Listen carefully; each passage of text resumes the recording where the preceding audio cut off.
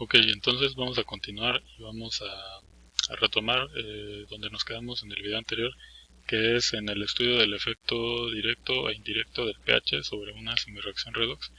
Entonces estábamos comentando que, bueno, si tomamos en cuenta una semireacción redox típica, donde un oxidante gana un determinado número de electrones para transformarse en un reductor, ok, entonces habíamos dicho, bueno, si hay efecto directo, esto se va a manifestar en que habrá involucrados en la semireacción balanceada un determinado número de protones. Ahora bien, es interesante aquí hacer notar que habrá casos en los que estos protones, en lo que habíamos visto como ejemplo solamente del efecto directo, habíamos visto que estos protones en ocasiones estaban involucrados en la semireacción en el sentido de que eh, se incorporaban al, al iono 2 menos para salir, para formar moléculas de agua. Pero hay ocasiones en las que en vez de eso podría ocurrir que ocurrir la formación de agua, pero también una parte de estos protones podría integrarse eh, directamente a la estructura del reductor. Y eso, pongámoslo, escribámoslo aquí de esta manera. Entonces, recordemos que los coeficientes estequiométricos del oxidante y del reductor pueden ser diferentes de uno. A y B es como los hemos nombrado. Y entonces el número de protones que está incorporado aquí al reductor pues será también otro número determinado que será diferente dependiendo de la identidad de estas especies. Y habíamos comentado que podía o no formarse agua como producto de la semireacción. Bueno, para no complicar tanto la escritura de la semireacción, dejémoslo por el momento así. Pero bueno, entonces el efecto directo está ya como tal manifestado en esta parte. El efecto indirecto, ¿dónde podría presentarse? Pues simplemente aquí en que recordemos que, bueno, el parámetro asociado o el parámetro de espontaneidad asociado a esta semireacción sería el valor de potencial estándar. Como tal, el potencial estándar nos indica la espontaneidad cuando las condiciones son justamente una atmósfera de presión, eh, 25 grados Celsius y además concentraciones 1 molar. Y concentraciones 1 molar pues implica H es más 1 molar, es decir, pH 0. Pero ¿qué ocurre si nos encontramos fuera de esas condiciones? Bueno, entonces el parámetro de espontaneidad ahí ya nos lo daría el valor de del potencial condicional. Pero bueno, el punto es que si nos salimos de pH 0, entonces habrá en algún momento condiciones de pH suficientes como para que esta especie, el reductor protonado, se disocie. Entonces, si se pierden un determinado número de protones del reductor, entonces los productos de esa reacción de disociación serían los siguientes.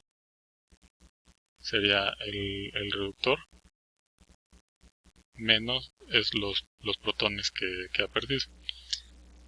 Ok, recordemos aquí que estamos omitiendo la carga de las especies por el momento para simplificar la escritura.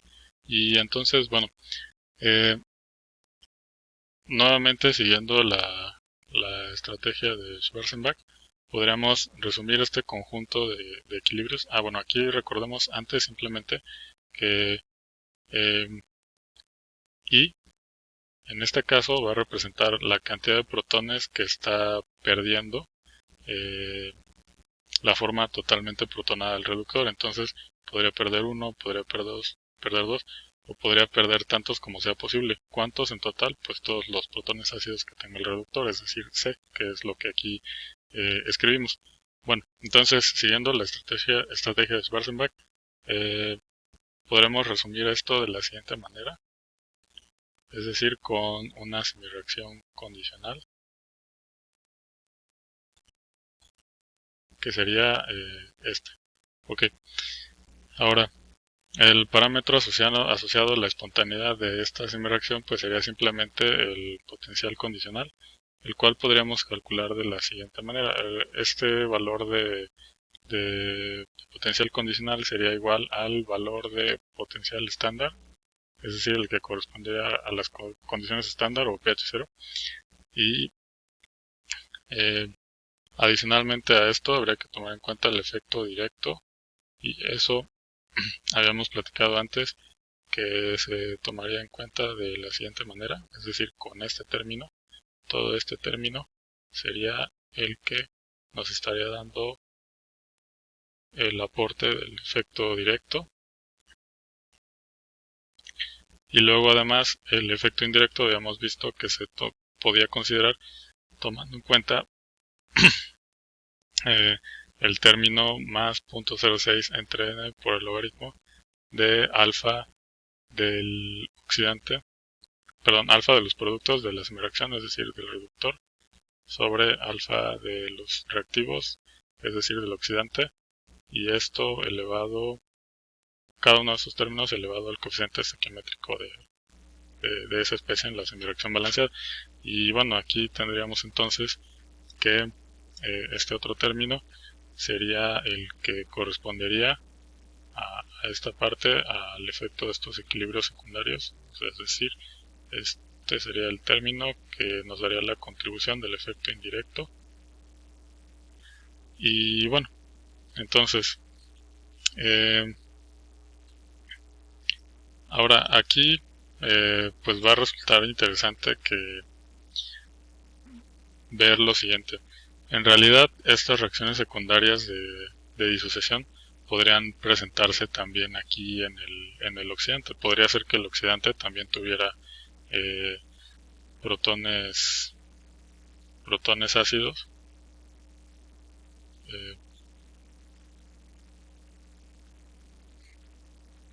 Vamos a escribir aquí que tiene un determinado número, y entonces las reacciones secundarias que podrían ocurrir sobre esta especie serían que perdiera estos protones,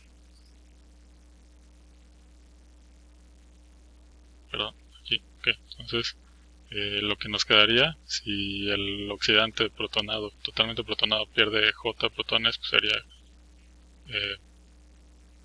aquí H subíndice de menos J el oxidante, ¿no? Y recordemos que no estamos escribiendo la carga.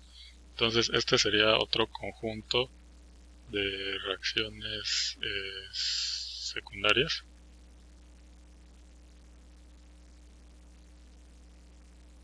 ¿Sí? Y bueno, en ese caso pues ya tendría sentido hablar de un coeficiente de reacción parásita del oxidante. Al final de cuentas, pues lo que aquí resulta interesante es que estos coeficientes de reacción parásita van a tener una estructura ligeramente diferente a la que hemos manejado hasta ahora. Por ejemplo, el coeficiente de reacción parásita del reductor protonado respecto al protón sería el siguiente. La estructura sería 1, que representaría a la especie reductor totalmente protonado, y eso más tantos términos como disociaciones pueda tener esta especie. Entonces, aquí tendríamos una suma de términos donde cada uno de ellos correspondería a la constante de formación global de la especie con C menos I protones dividida entre la constante de formación de la especie con C protones, y esto para I desde 1 hasta C. Y entonces cada uno de estos cocientes estaría multiplicado por H más a la menos I. Del mismo modo, el coeficiente de reacción parásita para el oxidante protonado sería 1, que representaría el oxidante totalmente protonado, más una suma de términos que representaría cada uno de los productos de la disociación de esta especie. Entonces sería la suma de estos términos, que serían el cociente de la constante de formación global de la especie con D menos J protones dividido entre la constante de formación global de la especie con D protones, Entonces aquí, considerando que J valdría desde 1 hasta D, podría valer desde 1 hasta D, y este cociente multiplicado por H es más a la menos J. ¿Okay? Entonces, en realidad estas expresiones, aunque pueden resultar un tanto extrañas de momento, en realidad tienen exactamente la misma composición que los coeficientes de reacción parásita que hayamos visto con anterioridad.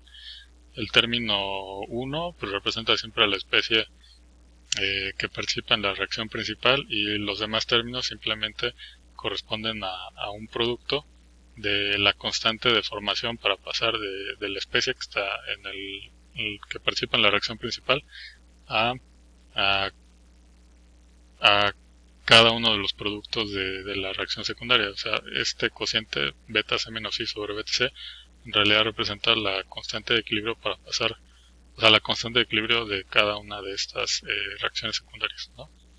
Y bueno, ¿por qué va multiplicado aquí por H más a la menos I? Pues porque está liberando y protones en esta reacción secundaria.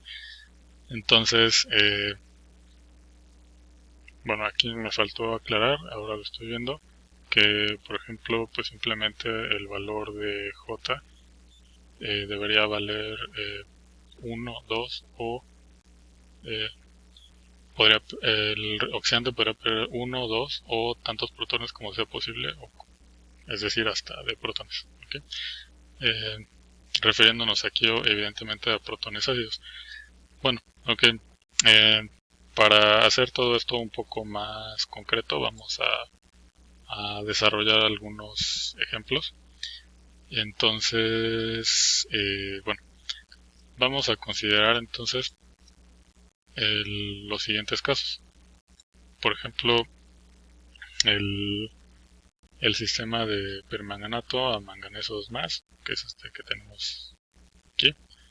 Vamos a trabajar también con el sistema de hierro 3, hierro 2, considerando la formación de los complejos hidróxido de cada uno de estos iones metálicos. Y finalmente vamos a estudiar eh, la transformación de ácido oxálico a CO2, considerando las reacciones eh, de disociación del ácido oxálico. Y bueno, entonces vamos a desarrollar todos estos ejemplos en el siguiente video.